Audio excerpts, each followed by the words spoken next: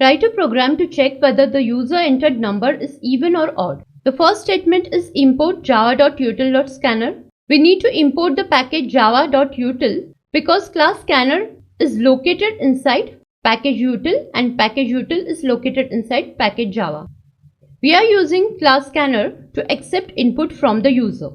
Packages in Java are like folders in your computer system. Different classes are placed in different packages. Import keyword imports the class in your program. The next statement is public class even odd. This is the class definition. Public keyword denotes that your class can be accessible outside the package, anywhere from the system. Class keyword is used to define a class followed with a class name. Our class name is even odd. Inside the class scope, you need to define main method, public static void main. It takes string array as a parameter. Main method is the entry point for every core Java program.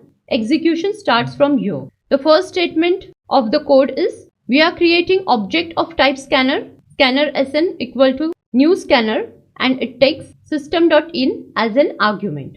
So here sn is the reference variable of type scanner and this is the actual object assigned to reference variable sn. New keyword allocates memory to the object. So as soon as this statement is executed, memory allocation happens inside the stack memory area. Memory is reserved for reference variable sn and actual object is created on the heap memory area. And address of the object is stored inside the reference variable sn on the stack.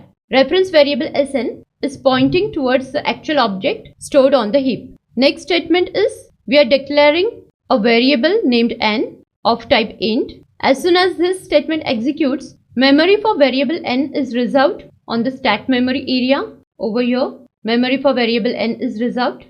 Next statement is system.out.println enter a number colon. So if you want to print anything to the console, you need to invoke println method on object out. Object out belongs to class system. Whatever you give inside the double quotation marks is printed as it is to the output. So here you get enter a number colon printed on the output. Here object scanner takes system.in as an argument. System.in represents standard input and it connects with the keyboard. Next statement is we are invoking method nextInt on object scanner.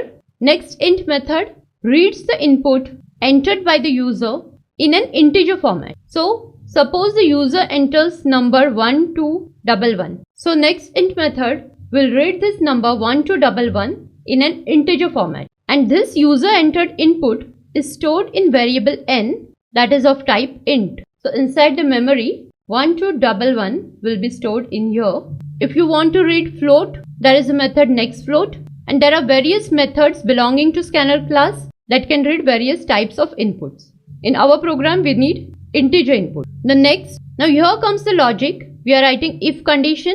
The condition is n modulo 2 equal to 0. This means that this is comparison operator. It compares where the value of right hand side is equal to the value of left hand side. This modulo operator calculates the remainder. So when you divide n by 2, whatever remainder comes is calculated by the modulo operator. So value of n is 1211. If you divide 1211 by 2, the remainder is not 0. The remainder is 1. And if condition checks whether 1 is equal to 0, the condition is false. 1 is not equal to 0. Hence, when the condition is false, the control doesn't go inside the if block. The control of program will go to the else block. And this statement will execute system.out.println. The entered number is odd. Println statement prints the output to the console and you get the output. The entered number is odd.